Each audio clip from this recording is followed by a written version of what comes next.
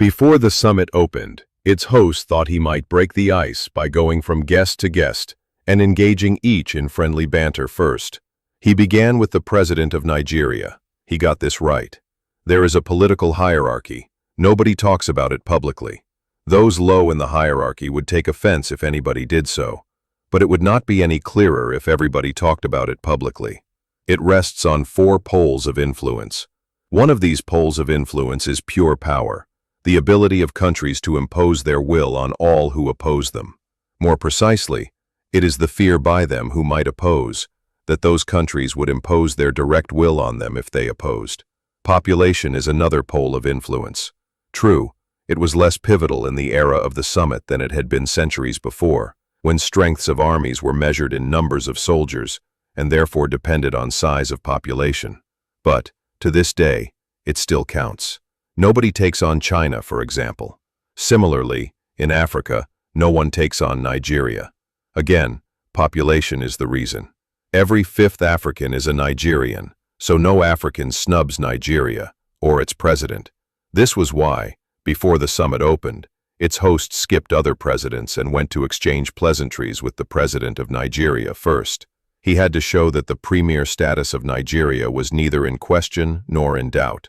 Thrilled by this recognition, the Nigerian president, a ripe 70 years old, and a full general, if now retired, stood up from his seat and gave his host a broad smile, followed by a warm hug. Host and guest then chatted, like brothers. Indeed, twice each called the other his brother president, thereby revealing a personal secret they shared.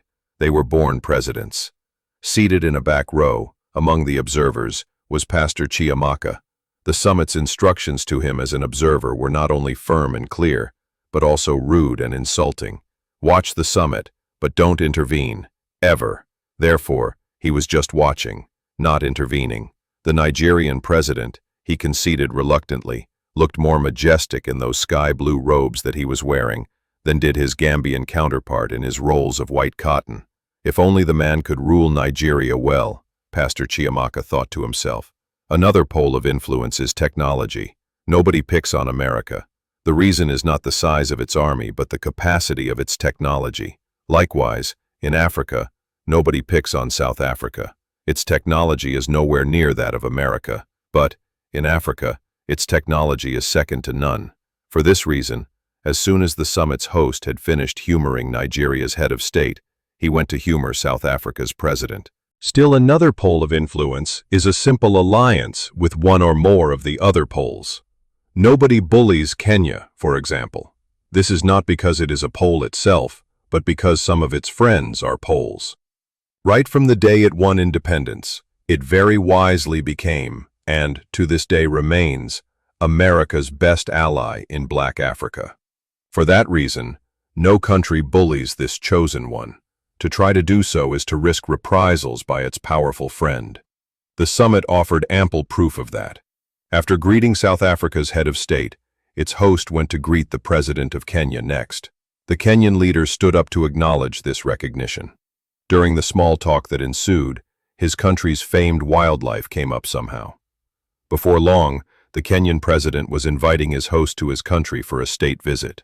Why not? Contrary claims by smooth-talking bureaucrats in ministries of foreign affairs notwithstanding. Watching the president of Kenya from a seat at the back of the hall was Professor Kimani. His daughter, Tuni, had died on a public road under a truck trailer some law of physics had thrown at her. Then his wife, Asiya, had run off with a randy member of parliament, already husband to 3. These losses had since hardened into a grudge.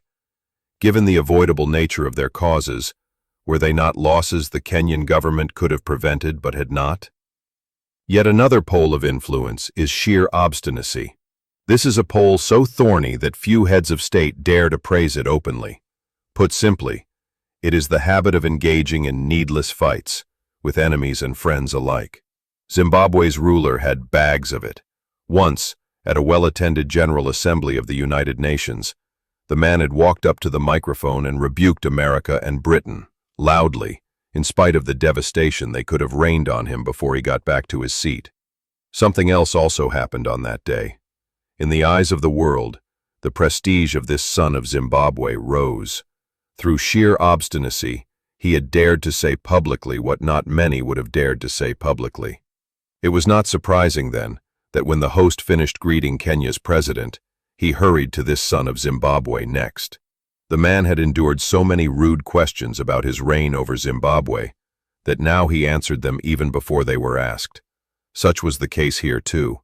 Zimbabwe's economy was on the mend, answered he before his host asked.